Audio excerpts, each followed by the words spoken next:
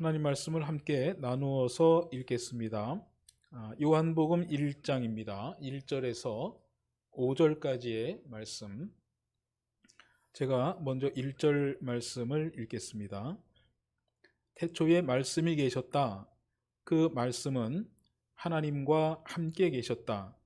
그 말씀은 하나님이셨다. 모든 것이 그로 말미암아 창조되었으니 그가 없이 창조된 것은 하나도 없다.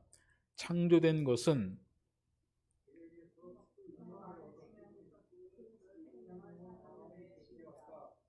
그 빛이 어둠 속에서 비치니 어둠이 그 빛을 이기지 못하였다. 아멘. 다시 한번 우리 산돌교회 가족들 모두에게 성탄의 은총이 가득하시기를 기원해 드리고 하나님의 사랑을 나누는 말씀을 전해 드립니다.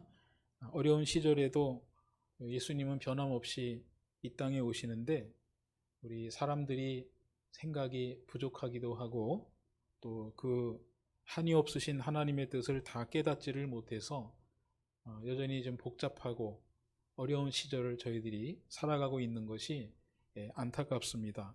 예배를 드리시면서 평화롭게 하시고 또 화해롭게 하시고 또 일치를 이루게 하시는 하나님의 사랑이 여러분들 마음속에 따뜻하게 임재하시기를 축복해 드립니다.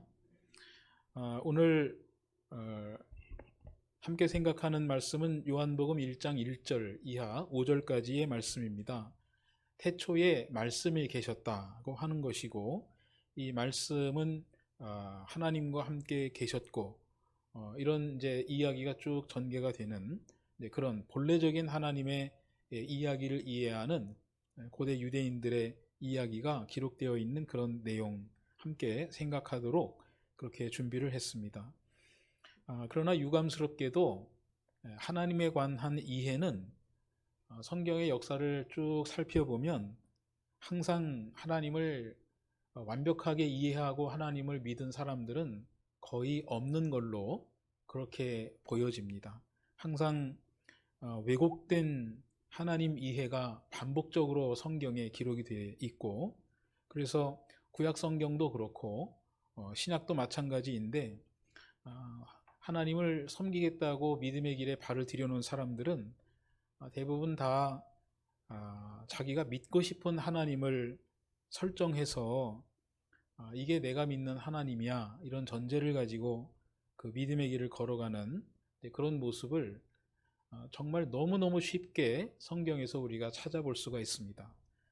그리고 그런 모습들이 오늘 우리들에게도 투사가 돼 있어서 우리도 내가 믿고 싶은 하나님을 믿고 살아가면서 그게 진리라고 목소리를 높여서 외치고 있는데 조금만 더 우리가 우리 스스로를 객관적으로 볼 수 있는 그 믿음의 여정을 통한 작업을 통해서 그렇게 자기 객관화 작업을 잘 해내면 이런 생각도 할 수 있을 텐데 하는 상상을 제가 해 보았는데 그렇게 내가 믿고 싶은 하나님을 만들어 놓고 열심히 믿음의 길을 걸어가면서 울면서 땀 흘리면서 기도하고 믿음길을 걸어가는 그런 그리스도인을 바라보는 하나님의 마음은 어떨까 이런 생각을 해보게 되었습니다. 성경에서 그런 예를 구체적으로 한번 이야기해보자고 하면 대표적인 것이 모세가 하나님의 계명을 받기 위해서 산에 올라간 그 틈새에 아론에게 찾아온 백성들이 우리를 위하여 하나님을 만들어 주십시오 이렇게 하고 아론이 그걸 받아들여서 금부치를 모아가지고 금송아지를 만들고 그리고 백성들이 그 금송아지가 우리를 애굽에서 이끌어내신 하나님이다 라고 하는 그 장면이 오늘 망가진 교회를 꾸려내고 있는 목회자들과 평신도들이 보여지고 있는 그 모습의 단면적인 모델이 된다고 하는 것이죠. 강단에서 조금 돌이키고 올곧게 하는 말씀이 전해지면 회중들은 싫어합니다.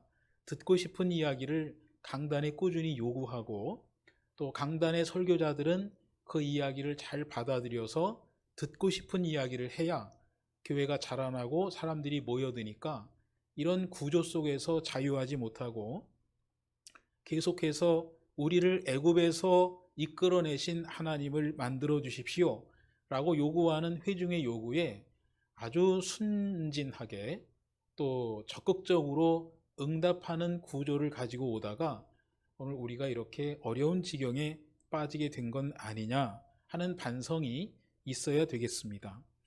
심지어 예레미야 시절에는 여러 번 제가 여러분들에게 예레미야서 제가 확인한 것만도 한 2군데 예레미야서의 그런 성경 구절이 명시적으로 기록이 되어지고 있는데요.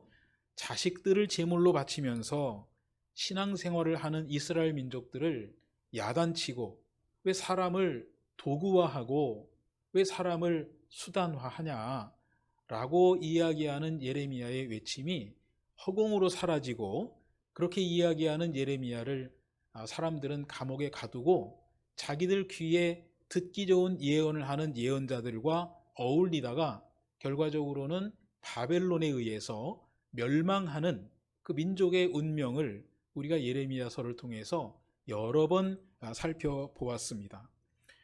이렇게 오늘날 이 예수님은 여전히 우리에게 오시고 계시지만 그 오시는 예수님을 영접하고 받아내는 우리들의 상황은 그렇게 순결하거나 순수하지 않아서 지식이 없는 열정으로 정말 공부 안 하면서 자기가 알고 있는 것이 모든 것을 다 커버할 수 있다고 하는 그 일그러진 믿음의 시야를 가지고 그렇게 주님을 받아내다가 부작용을 경험하고 있는 그 믿음의 여정의 반복을 계속해서 해 나가고 있는 것이 안타까운 것이죠. 그래서 8세기에 예언 활동을 했던 호세아는 그런 시절을 살아가고 있는 또 그런 믿음의 길을 걸어가고 있는 당시 유대인들에게 이렇게 이야기를 하지요. 호세아서 4장 11절 이하에 보면 호세아가 한 이야기가 기록이 되어 있는데요. 나의 백성은 음행하는 일에 정신을 빼앗기고 묵은 포도주와 새 포도주에 마음을 빼앗겼다. 그리고 조금 더 가서 보면 이스라엘이 고집센 암송아지처럼 말을 듣지 않으니 어떻게 주님께서 그들을 어린 양을 치듯이 넓은 초장에서 잘 먹이겠느냐. 자기가 믿고 싶은 하나님을 굳게 믿으니 진짜 하나님이 그렇게 고집센 암송아지처럼 자기가 믿고 있는 그 하나님을 믿는 그 사람들을 어떻게 잘 먹일 수가 있겠느냐 이렇게 이야기하고 있죠. 그리고 계속해서 호세아는 이야기합니다. 그들은 술잔치를 한바탕 벌인 다음에 언제나 음행을 한다. 마지막으로 19절에서 이렇게 이야기하는데요. 그러므로 거센 바람이 그 날개로 그들을 에워싸고 휩쓸어 갈 것이다.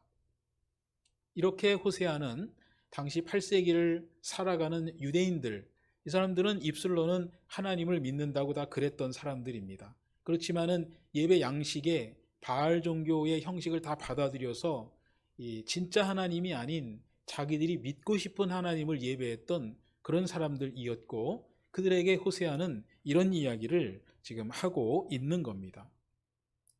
연이어서 아모스도 그래서 이렇게 이야기를 하고 있는데요. 그러니 너희들이 그런 식의 예배를 드리고 있으니 마음속에는 듣고 싶은 소리만 들으려고 하는 그런 자기중심성이 해결이 안 된 상태로 예배를 드리니 라고 하는 전제를 가지고 아모스는 이렇게 아모스서 5장 21절 이하에서 이렇게 이야기를 하고 있습니다.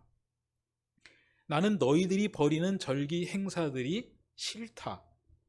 역겹다. 너희들이 성회로 모여도 도무지 기쁘지가 않다. 너희가 나에게 번제물이나 곡식 제물을 바친다고 해서 내가 그 제물을 받지 않겠다. 너희가 화목 제물로 바치는 그 살찐 짐승도 거들떠보지 않겠다.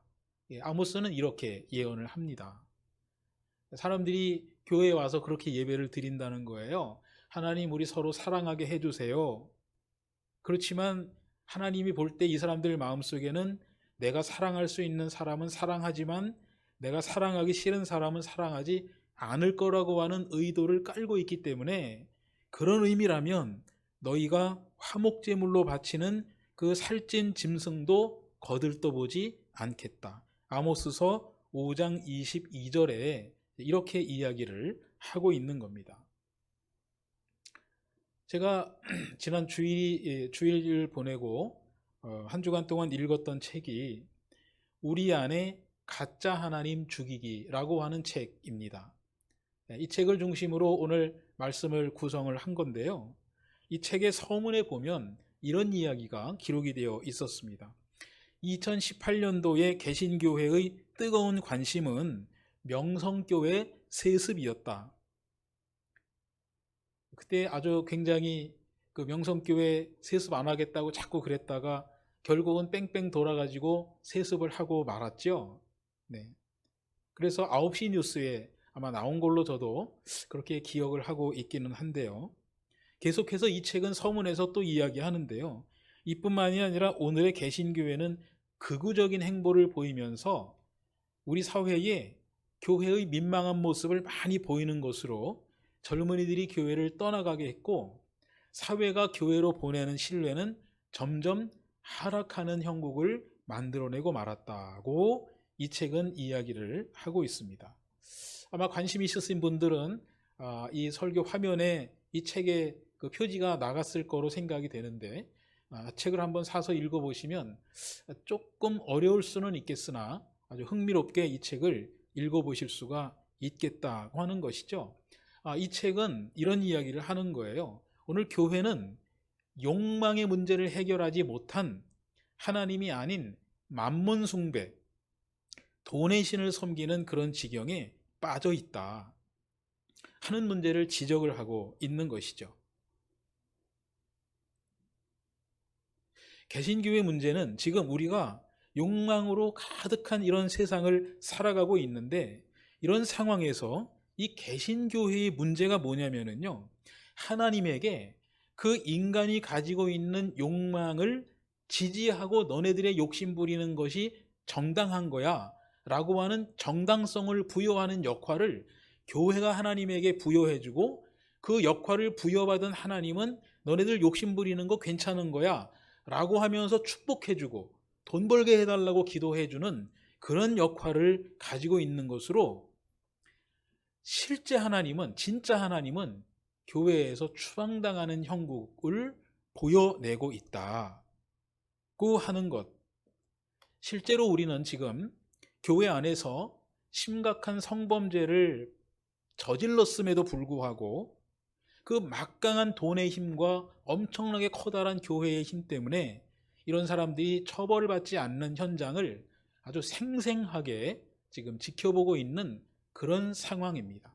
진리의 하나님이 돈의 하나님을 이기지 못하는 그런 부조리한 상황을 우리가 지금 우리 지금 이 삶의 현장에서 경험하고 있는 것을 우리가 알 수가 있겠습니다. 이런 지경을 살아가고 있는 이 지경에 호세아는 12장 6절에서 이렇게 우리에게 이야기를 하고 있습니다. 그러니 너희는 하나님께로 돌아오너라. 사랑과 정의를 지키며 너희 하나님에게만 희망을 두고 살아라. 기존의 질서를 극복할 수 있는 지혜로움과 통찰력 있는 안목과 그리고 그 깨달은 바를 내 삶으로 받아낼 수 있는 용기 있는 믿음이 필요한 그런 시절입니다. 기존의 질서는 내가 믿고 싶은 대로 하나님이 해주지 않으면 나는 하나님을 믿지 않을 거예요 라고 하나님에게 협박하는 형식이죠. 이렇게까지 열심히 기도했는데 왜 하나님이 안 들어주십니까? 라고 하는, 우리의 기도를 들어주지 않을 수 있는 하나님의 권세를 우리가 제한하는 그런 식의 어리석은 믿음의 길을 걸어가고 있는 것이죠. 이 기존의 질서는요, 아합 왕 시절에 이 갈멜산의 대결에서 그 질서가 어떤 양상인지를 명확하게 보여주고 있는데요. 자기의 이익을 추구하기 위해서는 피 흘리는 것도 주저하지 않는 종교의 모습으로 그렇게 드러나고 있습니다. 엘리야와 850명의 바알과 그 아세라 종교의 제사장들과의 대결에서 이 바알 종교의 제사장들이 예배를 드리는 모습이 여기에 묘사가 되어져 있는데요. 열왕기상 18장 26절 이하에 보면 이렇게 되어 있습니다. 아침부터 한낮까지 소리를 지르고 춤을 춘다. 바알은 응답해 주십시오. 그런데 바알이 응답을 하지 않는 거예요.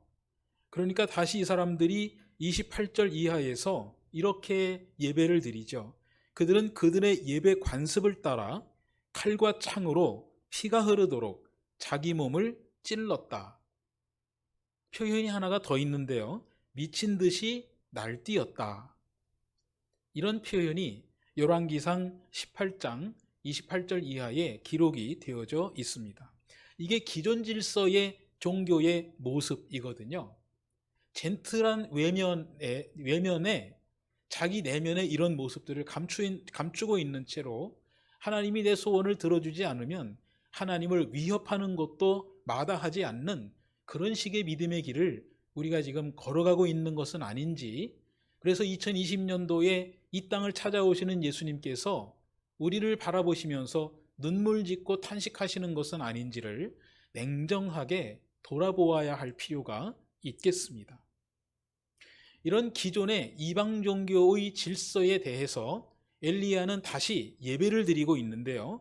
열왕기상 18장 30절 이하에 보면 엘리야가 예배를 드리기 위해서 처음으로 하는 일이 기록이 되어져 있습니다. 뭐라고 기록이 되어져 있냐면 무너진 주님의 제단을 고쳐 쌓았다. 상당히 많은 이야기가 포함되어져 있는 그런 한 절이라고 저는 그렇게 생각을 합니다. 무너진 주님의 제단을 고쳐 쌓았다. 하나님의 뜻에 전적으로 따라가면서 믿음의 길을 걸어가기로 우리의 마음을 고쳤다, 수선했다, 욕심 부리지 않고 하나님의 뜻을 따라가기로, 하나님의 뜻도 잘 알아먹기로, 내 뜻을 하나님의 뜻이라고 우기지 않고 주장하지 않기로, 그렇게 무너진 주님의 제단을 고쳐 쌓는 일을 첫 번째로 한 엘리야는 열왕기상 18장 36절에서 이렇게 기도하고 있습니다. 아브라함과 이삭과 이스라엘을 돌보신 주 하나님, 주님께서 이스라엘의 하나님이시고 나는 주님의 종이며 내가 오직 주님의 말씀대로만 이 모든 일을 하고 있다는 것을 저들이 알게 하여 주십시오. 엘리야는 최선을 다해서 자기를 고백하고 있는데요. 역사적으로 이스라엘을 돌보아 주신 하나님을 고백하고 난 다음에는 나는 지금 내 마음대로 이 예배를 드리는 것이 아니고 나에게로 말씀하시는 주님의 말씀대로 이 모든 일을 하고 있다고 하는 이런 순결한 믿음을 고백하고 있는 그런 장면을 우리들에게 보여주고 있습니다. 예언자들은 이렇게 본래적인 하나님을 향한 우리의 믿음을 회복하기 위해서 열심히 애를 썼는데 역사적으로 예언자들은 성공하지 못합니다. 예언자들은 대중에게 환영받지 못합니다. 다 죽어갔습니다. 호세아가 이스라엘 백성들이 하나님에게로 돌아오라고 이야기하고 있는데 그 시대 정신이 제공하고 있는 종교에 매몰되어 있는 이스라엘 백성들은 이런 예언자들의 이야기가 들리지도 않고요. 들을 수 있는 능력 자체가 없기 때문에 들리지도 않고 이해가 되지도 않습니다. 그냥 이 사람들은 예언자들이 이렇게 이야기를 해도 시대 정신이 이야기하고 제공하는 하나님 이야기에 충실하게 기초하고 있어가지고요. 우리가 이렇게 열심히 믿음 생활하는데 이게 뭐가 문제냐고 예언자들을 다 잡아 죽이지요. 예언자들이 하는 그 통찰력 있는 이야기를 열린 마음을 가지고 수용하거나 받아들이지 않습니다. 호세아는 그래서 호세아서 6장 6절에서 이런 이야기를 합니다. 너희가 나 하나님을 더 알기를 바란다. 제가 늘상 말씀드리는 지식이 없이 열심만 있으니까 이게 문제가 심각해지는 거예요. 그래서 호세아는 이야기하는 거예요. 예배를 드리지 말아라. 예배 역겹다. 너희들이 엉뚱한데 지금 예배 드리고 있는 건데 그걸 나한테 예배 드린다고 주장하고 있으니 그런 예배는 내가 역겹다. 너희들은 예배를 드리는 게 아니고 지금 음행을 하고 있지 않느냐. 그러니 예배 드리기 전에 예배를 잠깐 멈추고 너희들이 나 하나님을 더 알기를 바란다. 6장 6절에서 이렇게 이야기를 하고 있죠. 그래서 여러분 오늘 그리스도인들이 해야 할 일은 뭐냐면요, 이 성탄의 계절에 우리에게로 꾸준히 다가오고 계시는 그 아기 예수님의 오심에 담겨져 있는 그 뜻과 의미를 온전한 것을 알기 위한 힘써 하나님을 아는 일에 우리가 전심을 다해서 매진해야 할 필요가 있겠다고 하는 것이죠.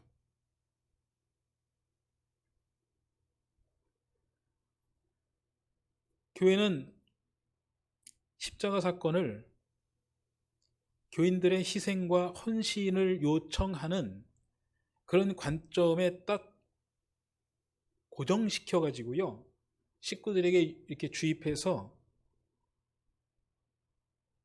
순종이 제사보다 낫다라고 하는 것에 최적화된 교인들을 양산해내는 그런 모습을 보였습니다. 교회의 논리를 충실하게 따라가는 사람이 믿음의 사람이라고 하는 그런 논리를 교회 식구들에게 정말 100년 넘게 집어넣어 주었죠.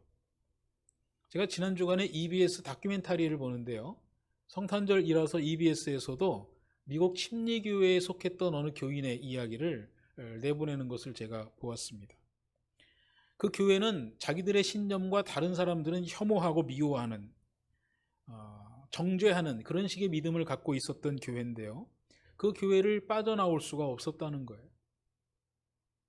믿음 없다고 하는 소리 들을까봐, 그렇게 하는 게 하나님의 뜻이라고 하는 굳센 믿음으로 그 교회에 충성했는데 어떻게 해서 알고나 보니 자기가 예수님의 그 복음으로 다른 사람들을 너무너무 힘들게 하고 있는 모습을 다행스럽게도 깨닫게 되었고, 그래서 이제는 진짜 복음이 뭐냐를 이야기하면서 다닐 수 있는 자유하는 그리스도인이 되었노라고 고백하고 그렇게 강연하는 모습을 제가 볼 수가 있었습니다.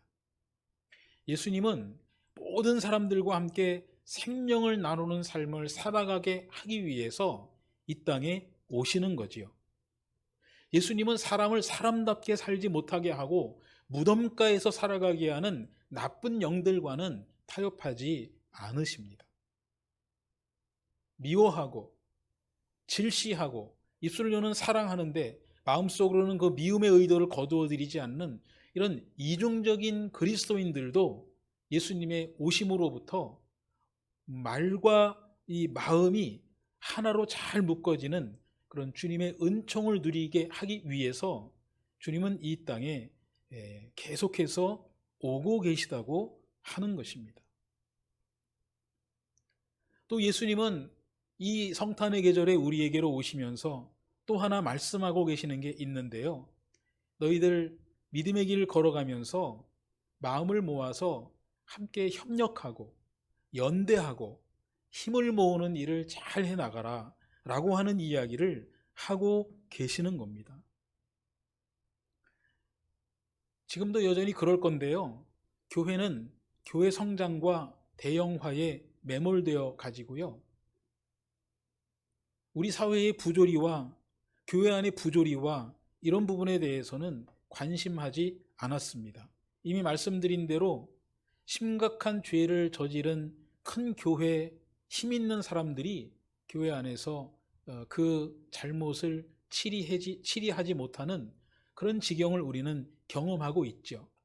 하나님은 절대로 돈을 이기지 못한다고 하는 학습 효과를 우리에게 주고 있는데, 그래도 우리는 빛이 어두움을 몰아낸다고 하는 오늘 본문 말씀에 의지해서 하나님의 선을 위해서 마음을 모으고 뜻을 모으고 협력하기를 아끼지 않는 그런 믿음의 길을 잘 걸어가야 할 필요가 있겠다고 하는 것입니다.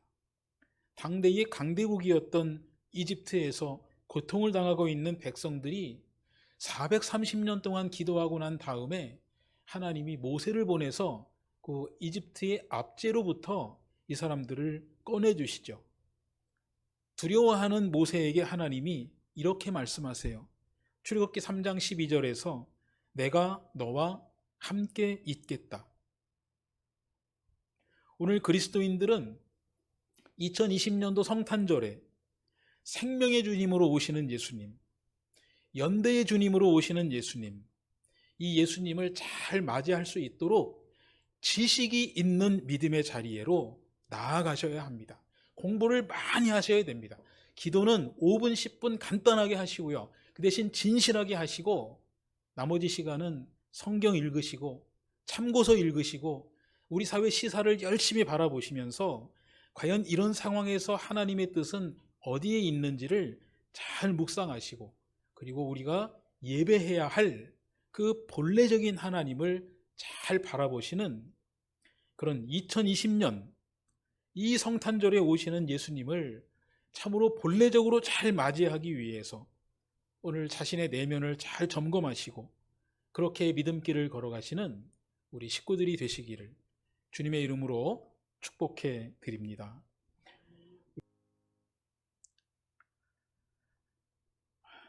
저희들이 하나님의 창조 질서를 외면하고 우리 살아가기 참 편한 세상 만들다가 그렇게 세상의 균형과 조화가 무너지면서 그 결과로 코로나를 만나고 이렇게 어려운 시간을 살아가고 있습니다.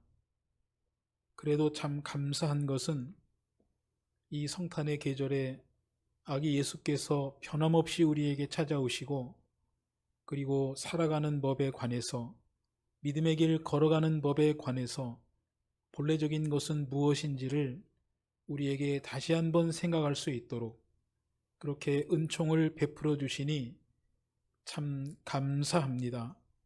영광을 주님께 돌리오니 우리로 하여 하나님 기뻐하여 주시고 더욱더 하나님을 기쁘시게 해드릴 수 있는 순결한 삶을 살아가기 위해서 생명의 주님, 연대하게 하시는 하나님의 은총을 온전히 누리며 살아가는 저희들 되게 하여 주시옵소서. 이 성탄의 계절에 우리 산돌교회 식구들 마음속에 따뜻하신 주님의 손길이 임재하게 하여 주셔서 고단한 이들을 염려하게 하시고 이 세상이 더욱더 함께 살아가기에 마땅한 세상이 될 수 있도록 기도하며 간구하며 행동하는 우리 산돌교회 복된 성도들이 되게 하여 주시옵소서. 예수 그리스도의 은혜와 하나님의 한이 없으신 사랑하심과 성령의 돌보시고 동행하여 주시는 은총이 오늘 예배드리며 참으로 본래적으로 우리에게 다가오시는 하나님을 알아보고 그 하나님을 예배하기로 마음 정하는 모든 성도들 머리 위에 지금부터 영원토록 함께하여 주시기를 간절히 축원합니다. 아멘.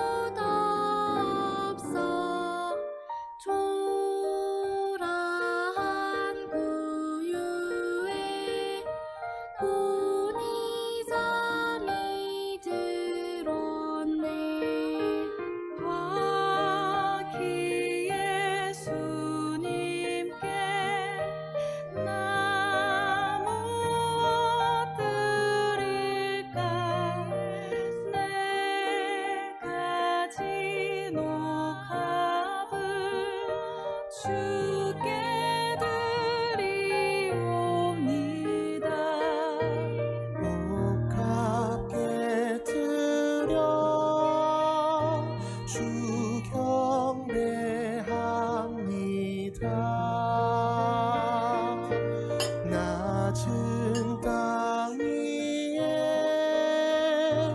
날 위해 오신 주님, 값게 드려 주 경배합니다.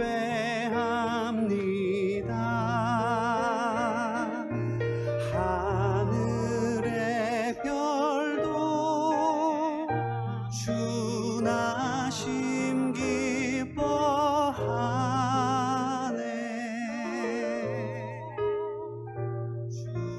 아기 예수님께 나 무엇 드릴까? 내 가진 옥합은 주께 드리옵니다.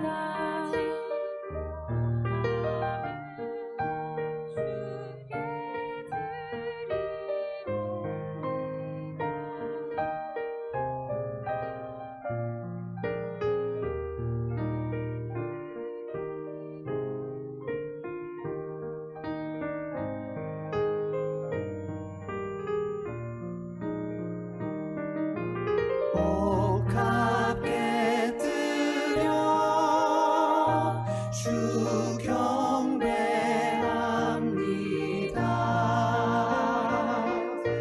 낮은 땅 위에 날 위해 오신 주님, 값게 드려 주 경배합니다.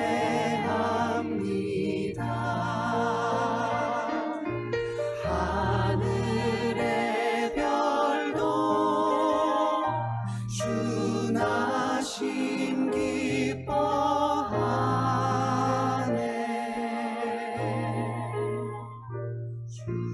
아기 예수님께 나 무엇 드릴까? 내 가진 옥합은 주께